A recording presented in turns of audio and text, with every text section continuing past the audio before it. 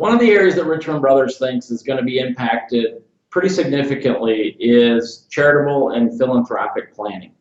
And one area we are working with clients in is the elimination, or I should say the adding back of the elimination of itemized deductions.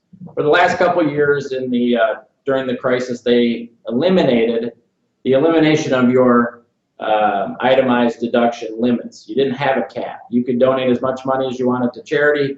You were not limited in losing those itemized deductions. That is now back in 2013.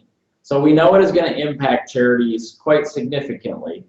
How much? There's a wide estimate on the range. We think strategic donors that give money trying to reshape the world, very large donors, they'll continue to give. But what we're afraid is that the masses will limit their gifts because they lose up to 80 or 85% of those itemized deductions and won't be able to count it on their tax return.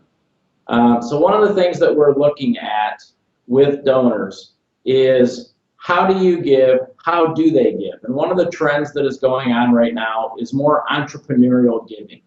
And what that means is you're applying business, running a business, and the metrics of running a business to your charitable gifts. And this is typically true, the more money that's giving, the more of an entrepreneurial mindset they have.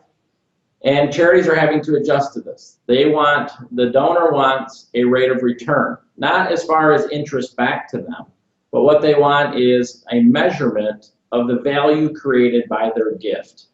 And the more money you give, the more demanding the donor is in requesting that. So it's one thing that charities are having to respond to of how do you measure? What do you measure? And what it's doing is it's making the charitable process more efficient and more effective as we move forward.